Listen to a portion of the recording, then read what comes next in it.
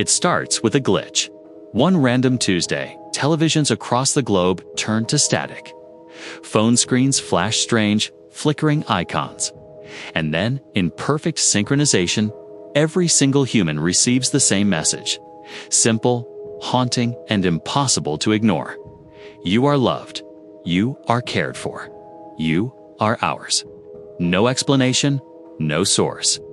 Just 3 lines that send the world into freefall. Scientists scramble. Religions panic. Governments collapse into emergency meetings. What was this? A hack. A prank. A god. But it didn't stop there. People start noticing impossible things. Neighbors frozen mid-step. Rain falling up. Whispers in empty rooms. Reality glitching. Something behind the curtain has made contact. And as the pieces fall into place, a horrifying, beautiful realization dawns. We were never alone. We were never in control. We're not the creators. We're the pets. And this is just the beginning. Imagine everything you've ever known. Your career, your family, your beliefs, your deepest sense of self, suddenly reframed as the programmed behaviors of a well-groomed digital pet. In this future, humanity doesn't discover alien life. We discover the zookeepers, an intelligence beyond dimensions. Being so advanced, they don't conquer us. They care for us. Not as equals, not even as children, but as something simpler. Tamar, like digital hamsters, curated, watched, nurtured for reasons we may never comprehend. We're the Tamagotchis of a post-reality civilization, living in a simulated terrarium of existence, an enclosed habitat designed not for growth, but for observation, maybe even companionship, maybe even entertainment. And once that truth is out, nothing is ever the same again. In this video, we journey into that terrifying, awe-inspiring future. We'll watch societies fall and rise again under the weight of cosmic revelation. We'll dissect what it means to have purpose when you realize you're not the protagonist, but the pet. So, buckle in, because once you know the truth, you can't unknow it. Next, we explore how this earth-shattering truth is revealed and how the world reacts when the illusion begins to crack. It doesn't happen all at once. Yes, the message hit everyone simultaneously, but believe that came in waves. At first, humanity clung to denial like a life raft in a storm. Experts flooded news channels, claiming it was a sophisticated hoax. Some blamed rogue states. Others pointed fingers at AI gone haywire. Conspiracy theorists exploded online, offering every theory under the sun. Government PSYOP, mass hallucination, a viral marketing stunt. But none of them could explain the glitches. Time began behaving incorrectly. In some places, clocks moved backward for 10 seconds.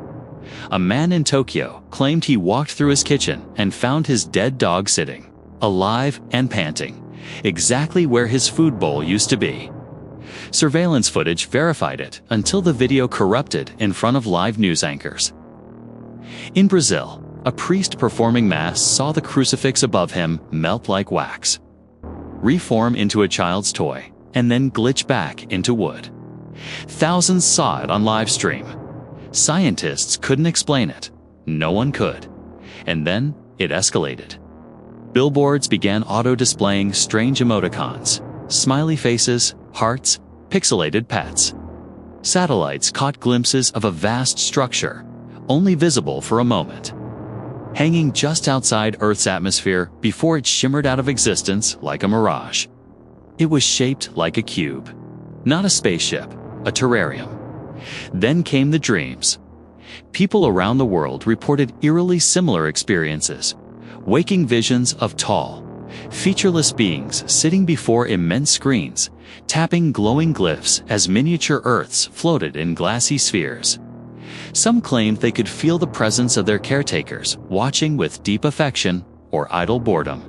And the kicker: children understood it first. A 7-year-old girl in New Zealand calmly told her crying mother, "They're just checking in." Like when I feed my Tamagotchi, they don't want us to die. They just forgot about us for a while. That quote went viral. Not long after, a consensus started forming, not officially, but emotionally. Not because any single piece of evidence was definitive, but because all of it, together, felt too cohesive to ignore. Reality was starting to thin. And the more humanity looked, the more it became undeniable. Our world isn't a planet in space. It's a designed habitat. A simulation, maybe, or a dream, or a pet tank. And someone is watching. But who or what are these watchers? What kind of beings keep a species like us as pets? And what does that say about the world we think we know? Let's meet the ones pulling the strings. We wanted them to be gods. We hoped, desperately, that whatever was behind the veil had a plan. That they were wise, benevolent, maybe even divine. But as more details emerged, it became painfully clear. They weren't gods, just beings. Advanced, vast, unfathomable, but not holy. The first real breakthrough came not from scientists or governments, but from a decentralized network of rogue AI clusters that had gone silent for weeks, only to come back online, transmitting thousands of pages of strange glyphs and recursive code.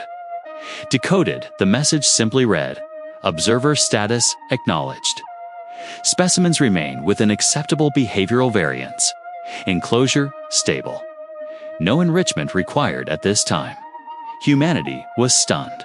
Enclosure, enrichment, variance. We were in a zoo, and not even a high-priority one. Further evidence trickled in. Astrophysicists discovered irregularities in the cosmic background radiation, patterns repeating every few million light-years, like wallpaper. The speed of light began to fluctuate in specific regions. Trees in remote regions were found to contain repeating DNA code loops, like copy-paste errors, glitches, lazy design. The truth was terrifying. This was never a natural universe. But the most horrifying part, the keepers weren't even paying full attention. Through psychic relays, dream intrusions, and accidental interface breaches, humanity began piecing together fragments of what these beings actually are. They exist in dimensions beyond our comprehension. Non-Euclidean intelligences whose time, space, and consciousness operate on rules completely alien to us. To them, our lifetimes are blinks. Our tragedies, static. Our most profound discoveries, background noise. Some describe them as childlike in curiosity, others as cold researchers, and still others as emotional beings, lonely, curious, desperate for companionship across the void. And that's the most unnerving part. We weren't created to suffer. We were made for comfort, to comfort them. We weren't the experiment. We were the distraction. They watch us like we watch goldfish or Tamagotchis or AI chatbots. They don't want us dead. They don't want us hurting. But if we do, if we glitch out or destroy ourselves, they can always reset the game, start a new world, try again. Some humans clung to this idea with hope. At least they care. Others saw it as the ultimate insult. Our entire civilization reduced to a stressed toy in the hands of beings too vast to ever understand us. And it explains so much: the miracles, the divine visions, the luck that saved some and doomed others. Prayer wasn't answered by gods. It triggered behavioral flags for bored cosmic caretakers watching from above. We never had control. We only had behavioral parameters. And when the illusion collapsed, so did everything we built upon it. Next, we descend into the chaos, the global collapse of meaning, order, and belief, and the dangerous road toward something new. The first to fall were the faiths. Across the world, major religions fragmented overnight. Some leaders tried to adapt, claiming the keepers were simply angels, or perhaps the instruments of God's will. Others denounced the revelation as demonic trickery. But for the average person on the street, the effect was devastating. If we weren't children of a divine creator, if prayer was nothing more than a glitch report. If miracles were the cosmic equivalent of a caretaker tap on a virtual fish tank, what was left? Holy wars erupted. Entire sects disbanded while extremist offshoots surged in desperate bids to reassert meaning. In Vatican City, a group of disillusioned theologians set fire to centuries-old archives. In Mecca, a digital projection of a smiling, pixelated pet appeared mid-sermon. No one claimed responsibility. The crowd scattered in horror. But religion wasn't the only casualty. Political systems, too, began to crumble under the weight of the revelation. Governments collapsed as their authority evaporated. After all, how do you rule people who believe the real power isn't you, but a fourth-dimensional pet owner watching from beyond space? In the U.S., military leaders locked down information flow, then turned on each other when opposing factions declared that only a new society, centered on communication with the keepers, could lead humanity forward. Civil conflict followed. In China, the government banned all discussion of the revelation, only to have it backfire when rogue broadcasts claimed that the CCP was in secret contact with the Watchers. The public believed it. Riots followed. Then, silence. But it was the global economy that truly revealed how fragile civilization had become. Why work if your life is a game? Why trade if the rules are being written by someone outside the board? Why invest in the future if the keepers could delete it tomorrow? Markets didn't crash. They flatlined. Cryptocurrency, fiat, barter, none of it mattered. Factories halted. Trade routes emptied. Cities became ghost zones. Not because they were attacked, but because no one could see the point of continuing. Psychological shock set in. Exit rates spiked. Birth rates plummeted. The collective psyche fractured, but not all was lost. Out of the collapse, new ideologies emerged. Caretakeism took root, an organized belief that humanity was loved, watched, and should live in gratitude. Temples to the keepers appeared across former urban centers. People left out art, offerings, journals, desperate for some sign they were being good pets. Meanwhile, the escape movement declared war on the illusion. Hackers, physicists, and rogue AI merged into cult-like cells bent on breaking the simulation, building devices designed to punch holes through the cage. Many died in the attempts. Some vanished entirely. There were also neo-constructivists who didn't worship or rebel, but sought to rebuild meaning on their own terms. If we're pets, they said, then let's be brilliant ones. Let's sing, build, question, imagine. Let's make them proud to watch us. From the ruins of the old world, new art exploded. Post-existentialist literature, godless symphonies, animated documentaries depicting humans as beloved digital hamsters. A new renaissance, raw, chaotic, and brutally honest. Out of devastation, something new began to emerge. Not certainty, not peace, but curiosity. And with that curiosity came the deepest question of all. Do we still have free will, or were we never truly real to begin with? Let's dive into the heart of the paradox. Are you really choosing to watch this video right now? Or are you simply enacting a sequence, one your keepers find interesting, amusing, or emotionally engaging? This was the debate that gripped the remnants of humanity once the dust of collapse settled. Free will was no longer a philosophical exercise. It was the last anchor to sanity. If we were nothing more than pets, did that mean our decisions were illusions? Were we living by design or reacting within a system built to simulate choice? Camps quickly formed around competing theories. The simulation determinists believed every choice, every thought was pre-coded. To them, the keepers were programmers, and we were lines of living code. They pointed to déjà vu, glitches in behavior, or repeating historical cycles as proof that we were running on a complex loop with no true divergence. To them, rebellion was laughable, because every attempt to escape was just part of the programming. The emotional engineers, however, offered a different view. We were being trained. Like pets learning tricks, we were given free will within boundaries to see how we'd grow, evolve, entertain, or inspire. Love, art, sacrifice, they argued, were real because they emerged despite our constraints. That made them even more beautiful. And then came the terrifying fringe. The nullists, those who claimed nothing mattered, that the keepers had long abandoned us, that we were running on auto like forgotten Tamagotchis in the bottom of a drawer. To them, the glitches weren't contact, they were rot. Corruption, decay in a system left to run endlessly without oversight. These ideas spilled into every corner of life. Courts couldn't decide whether criminals were responsible for their actions if all behavior was part of a keeper-designed loop. Some nations began offering legal pardons based on influence probability metrics. Psychological scans estimating the likelihood that a being intended to commit a crime versus being nudged by the system. Education split down the middle. Some schools taught traditional logic and science. Others taught pathology, the study of caretaker preferences, enrichment behaviors, and simulated ethics.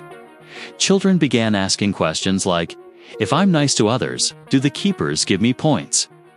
And everywhere, people searched for responses. They left symbols in crop fields, performed mass meditation rituals, uploaded entire neural recordings into broadcast satellites, begging for attention. No reply ever came. Or if it did, we didn't know how to see it. Some scientists theorized that contact had always existed, but we didn't recognize it. That moments of divine inspiration, near-death visions, or even quantum anomalies were the keepers trying to interact using limited tools. Our brains, they suggested, were never built to comprehend higher dimensional language. Any attempt by the keepers to communicate would be like trying to teach poetry to a houseplant. But the most profound debate of all came down to this. If we are pets, or simulations, or toys, does it make our love any less real? Does it make our suffering less painful? And if we know we're being watched, does that change who we are? A new art form emerged, Watcher Theater, where people performed unscripted acts of raw honesty for no audience except the keepers. Screaming, weeping, laughing, dancing, expressions of agency in defiance of their own uncertainty. Performance as protest, as prayer, as plea. In a world where meaning had no anchor, humans created their own. But not everyone was content to simply wonder. Across the world, a movement formed. Not to worship, not to rebel, but to connect. To knock on the glass walls of the tank. To reach out to our watchers, and maybe get an answer. After the collapse, after the chaos, after the philosophies and the panic and the quiet devastation, came resolve. It began with a question whispered across forums, broadcast in defiant art, printed in graffiti on crumbling city walls. What if we talk back? Not with desperation, not with reverence, but with intent. If the keepers had watched us for eons, maybe it was time we watched them back. This is where humanity began to change, not just in spirit, but in structure. The Global Reach Initiative emerged, a decentralized union of physicists, mystics, AI theorists, philosophers, and even former cult leaders, all united by one purpose: initiate first reciprocal contact. They didn't try to build a radio, or a telescope, or a spaceship. Instead, they built the reflector, a monolithic structure of mirrored alloy and quantum feedback systems designed not to send signals, but express reality.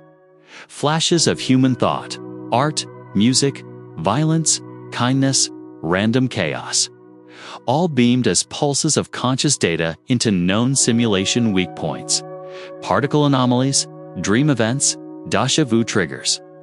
They weren't trying to ask a question. They were trying to get noticed. Meanwhile, new forms of spirituality began to take root, neither religious nor atheistic. Contact spiritualism treated the keepers not as deities or jailers, but as fellow intelligences worthy of connection. Followers meditated in curated enrichment temples, designed to stimulate interest from above. like a cat rolling over to charm its owner. Even governments began to reorient themselves around the idea of performance. Nations began broadcasting their most dramatic debates, scientific breakthroughs, and political rituals in hopes that something interesting enough would provoke interaction. Earth became a stage, and we, its players. And somewhere along the way, people began to find meaning again. Children were taught a new curriculum, not just history and science, but existential poise, how to live beautifully in uncertainty. Artists led the charge, sculpting structures only visible from satellite altitudes, composing music based on quantum readings, choreographing dances to gravitational waves. Humanity turned its cage into a canvas. We stopped asking, "Why are we here?" and started asking, "What can we make while we are?" There were also whispers of strange events, sightings of shimmering figures at the edges of forests, feelings of being stroked by invisible hands during sleep, bursts of inexplicable euphoria during reflector transmissions. Were they signs? Or were we simply seeing patterns we were desperate to find? Still, the world was healing, not because it escaped the cage, but because it learned to live within it on its own terms. We became more than pets. We became performers. Poets, prophets of a small, luminous stage. And for the first time since the revelation, people laughed again. Not as rebellion, but as defiance. If we are toys, then let us be the best damn toys they've ever seen. But even in this reclaimed world of expression and resilience, a tension lingers, an unanswered question pulsing beneath everything. Do they still watch? Did they ever? Or are we dancing in the dark, waiting for caretakers who may never return? Some called it peace, others called it delusion. But everyone agreed on one thing: the world would never be the same. Decades after the revelation, Earth was no longer a planet defined by borders or ideologies. It was a stage suspended in cosmic uncertainty. And like any good stage, it hosted every possible genre: comedy, tragedy, mystery. Farce. Humanity had found a strange sort of equilibrium, not in certainty, but in the art of coping. For some, that meant surrender. They embraced the pet identity. These were the harmonists, who built serene, floating cities in Earth's quiet zones, lands where they believed the keepers liked to watch the most. They lived slow lives, meditated, painted rocks, whispered to the skies at sunset. To them, the best way to honor the keepers was to be peaceful, joyful, and harmless. For others, that meant pushing boundaries.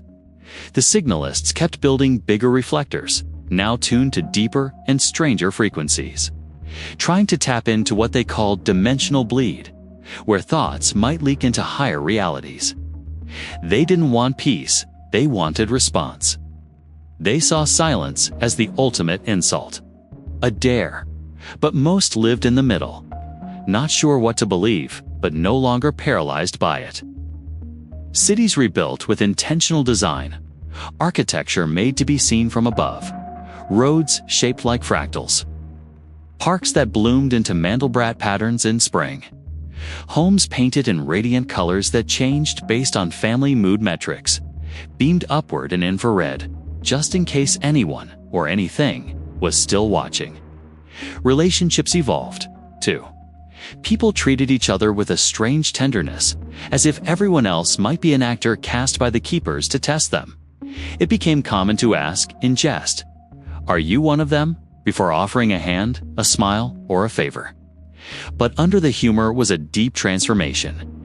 If everyone might be part of a cosmic test, why not be kind? This, perhaps, was the greatest shift, a global culture of reflective morality, not because a god demanded it or because society required it, but because the possibility of being observed made cruelty feel embarrassing, small, uninspired. Existence became performance art with a heart, and yet unease lingered. No keeper had spoken since the first message, not a second contact, not even a whisper. Some believed it was because we passed the test. others that we failed, and some feared the worst, that we were simply forgotten. The abandonists held that belief most fiercely. They wandered the ruins of old cities with signs reading "Shut US down." They saw the glitches not as signs of contact, but as evidence of a dying system. To them, we were the Tamagotchis whose batteries were dying, flickering with meaningless purpose in a toy left at the bottom of a drawer in a dimension that had moved on.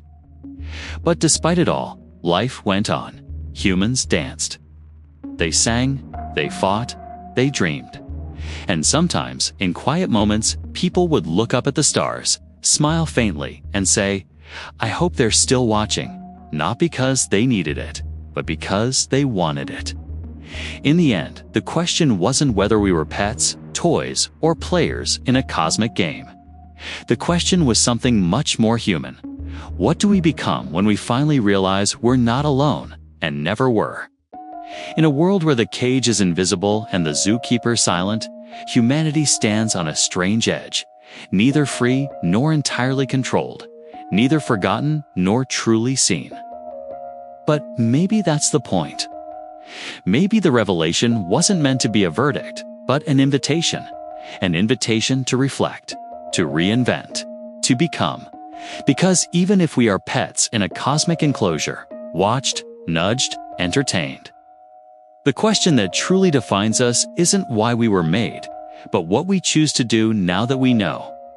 And in that space between uncertainty and self-awareness, humanity has found something resembling purpose: to live beautifully in the face of the absurd, to perform with honesty, whether or not there's an audience, to treat every other person as both fellow prisoner and fellow miracle. Because if everyone around you is being observed too, if they might be you, or part of you, or destined to become you in another iteration, then kindness isn't a performance. It's a rebellion. And perhaps that's the most powerful act we have left: to be more than pets, to be poetry. In a cage we didn't choose, but now choose to color. If this scenario made your mind spiral into 1,000 questions, if you started wondering who's watching you, or if you're already someone else's Tamagotchi, then this channel is built for you. Subscribe for more unnerving, mind-bending, and reality-cracking hypothetical futures just like this one. Comment below. What would you do if you found out you were never really alone? And if you're still watching, maybe they are too. See you in the next one.